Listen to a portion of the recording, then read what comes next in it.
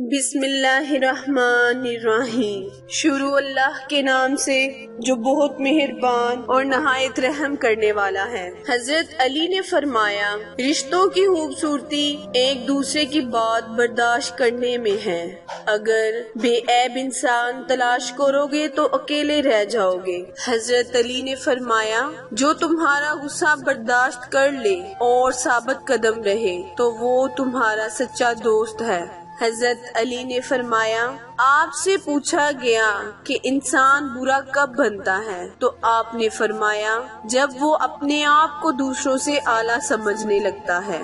زبان ایک ایسا درندہ ہے کہ اگر اسے کھلا چھوڑ دیا جائے تو پھاڑ کھائے۔ مخلص دوست کے اندر اتنا پیار چھپا ہوتا ہے جیسے ایک چھوٹے سے بیج کے اندر پورا درخت چھپا ہوتا ہے۔ صورت اور سیرت میں سب سے بڑا فرق یہ ہے کہ صورت دھوکہ دیتی ہے جبکہ سیرت پہچان کرواتی ہے۔ انسان کی تمام پریشانیاں دو باتوں کی وجہ سے ہیں۔ تقدیر سے زیادہ چاہتا ہے، وقت سے پہلے چاہتا ہے۔ کسی کا دل مت دکھاؤ، ہو سکتا ہے وہ تمہیں ایسے چاہتا ہو جیسے مرنے والا زندگی۔ لوگ دو طرح کے ہیں، ایک صحیح لیکن ان کے پاس پیسہ نہیں ہوتا، دوسرے مالدار مگر وہ کسی کی حاجت روی نہیں کرتے۔ مولا علی کا فرمان ہے، تم کسی کو چاہو اور وہ تمہیں ٹھکرا دے تو یہ اس کی بد نصیبی ہے، اس کے بعد تم اس کو زبردستی اپنانا چاہو تو یہ تمہاری نفس کی ذلت ہے۔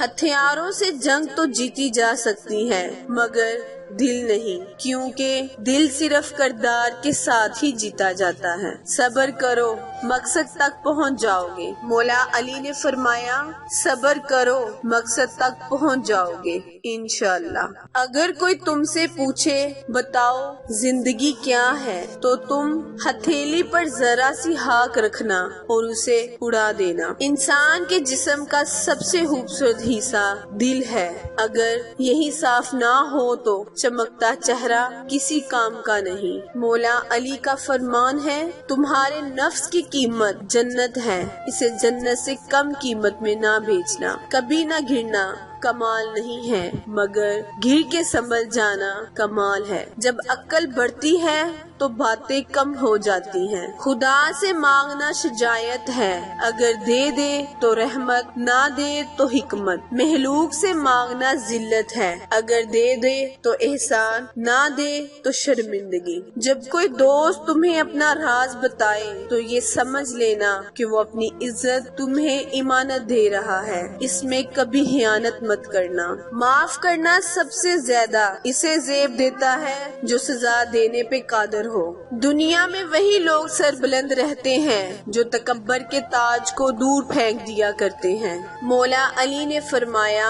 اخلاق ایک دکان ہے اور زبان اس کا تالا ہے۔ تالا کھلتا ہے تو معلوم ہوتا ہے کہ دکان سونے کی ہے یا کوئلے کی۔ شہد کے سوا ہر میٹھی چیز میں زہر ہے اور زہر کے سوا ہر کڑوی چیز میں شفا ہے۔ Thank you for watching.